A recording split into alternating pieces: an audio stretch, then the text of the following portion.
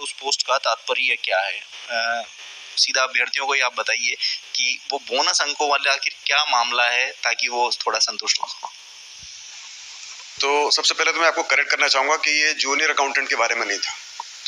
ये एक आम जब मैंने एज ए चेयरमैन राजस्थान कर्मचारी चयन बोर्ड, अलग अलग स्टेट पब्लिक सर्विस कमीशन वगैरह विजिट किया, दूसरे राज्य के बोर्ड में विजिट किया, तो मैंने पाया कि उनका जो फॉर्मूला है कैलकुलेशन का डिलीटेड क्वेश्चंस का वो अलग है हमसे। यानी कि हम डिलीटेड क्वेश्चन के ऊपर जो क्वेश्चन डिलीट होता है, मान लीजिए 100 में से एक क्वेश्चन डिलीट हुआ, तो मान लो उसका एक नंबर है हर क्वेश्चन का, तो उस एक नंबर को हम बाकी 99 क्वेश्चन में बांट देते हैं, बराबर बांट देते हैं। तो ये एक सिस्टम है जो हम फॉलो कर रहे हैं, वो अच्छा सिस्टम है।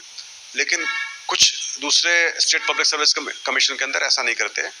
जो क्वेश्चन डिलीट होता है, मान लो एक क्वेश्चन डिलीट हुआ, तो बजाय 100 में से वो 99 में से नंबर देते हैं, या फिर उस क्वेश्चन के मार्क्स सब बच्चों को दे देते हैं, या फिर उस एक नंबर को वो उन बच्चों को दे देते हैं जिन बच्चों ने उस क्वेश्चन को अटेम्प्ट किया है। यानी कि अलग अलग मॉडल इसमें चल रहे हैं। तो जब हमने विजिट किया तो मैंने सोचा कि अच्छा होगा कि हम इस पर विचार करें, और सोचा कि कौन सा सिस्टम अच्छा रहेगा जिससे कि जो फेयर हो और सभी अभ्यर्थियों को उसमें फ़ायदा हो। और मेरा ये भी मानना है कि चूंकि ये क्वेश्चन जो डिलीट हुआ है वो हमारी गलती से हुआ है, बोर्ड की गलती से हुआ है, क्योंकि हमने क्वेश्चन अच्छे से नहीं बनाया और हमारी कमजोरी रही, तो उसका फ़ायदा सभी को मिलना चाहिए। तो इन विचारों से मध्य से हमने सोचा कि ऐसा करना चाहिए। तो उसके लिए मैंने कमेटी बनाई है। कमेटी इस पर विचार करेगी और विचार करके फिर वो सजेस्ट करेगी कि हमारा करंट सिस्टम है वो चलना चाहिए या कोई नया सिस्टम लाना चाहिए। और कमेटी इस पर विचार करेगी कि वो कब से लागू होना चाहिए। तो यदि बच्चे अपने आप टेंशन पालना चाहते हैं, शायद उनकी हैबिट हो गई है कि बच्चे खुद ही सोच लेते हैं कि ये जूनियर अकाउंटेंट के लिए है, ये अभी लागू होगा, ये हम पर लागू होगा, इससे हमको नुकसान होगा। इतना सारा टेंशन की जरूरत नहीं है, अभी दिल्ली बहुत दूर है। मतलब मान के ये चलें कि अभी जो वर्तमान में भर्तियां प्रोसेस में चल रही हैं, ये उन पर लागू नहीं होगा। तो मैं आपको ऐसा नहीं बोलना चाहूँगा, लेकिन हमारी कोशिश होगी कि हम ऐसा कोई काम नहीं करें जिससे कि कोई भी भर्ती को बच्चों को मौका मिले कोर्ट में ले जाने का।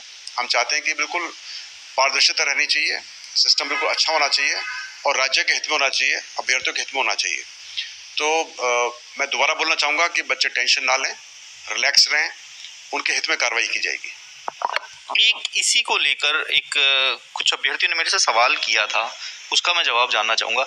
उनका ये कहना है कि ऐसी प्रणाली लागू करने से जिनके ज़्यादा अंक हैं उनके और ज़्यादा हो जाएंगे, जिनके कम हैं उनके और कम हो जाएंगे। ऐसा कुछ होगा इस सिस्टम को लागू करने से? नहीं, ऐसा नहीं है। इससे सिर्फ ये हो सकता है कि यदि हम डिलीटेड क्वेश्चंस के मार्क्स सबको बांट दें, तो जो एक हमारा होता है 40% मिनिमम कट ऑफ होना चाहिए ओवरऑल, या 35 कट ऑफ होना चाहिए हर पेपर के अंदर। तो उसके अंदर यदि ज़्यादातर डिलीट क्वेश्चन हो जाते हैं तो फिर बहुत सारे बच्चे नीचे छूट जाते हैं और कई सारी जो वैकेंसीज पूरी भर नहीं पाती हैं। तो उसमें थोड़ा सहयोग मिल सकता है यदि हम सिस्टम अपनाएं। तो डिलीटेड क्वेश्चन के लिए बोनस मार्क्स देने से हो सकता है कि जो हमारी रिक्तियां हैं वो हम भर पाएँ, सिर्फ उसका ये फ़ायदा हो सकता है। लेकिन ये कहना कम्प्लीटली अनुचित होगा या कम्प्लीटली सही नहीं होगा कि उससे जो बच्चे अच्छे उनको फ़ायदा होगा, जो बच्चे खराब उनको फ़ायदा नहीं होगा। मेरे को लगता है जब हम बोनस मार्क्स सबको दे रहे हैं, सबको बराबर फ़ायदा हो रहा है।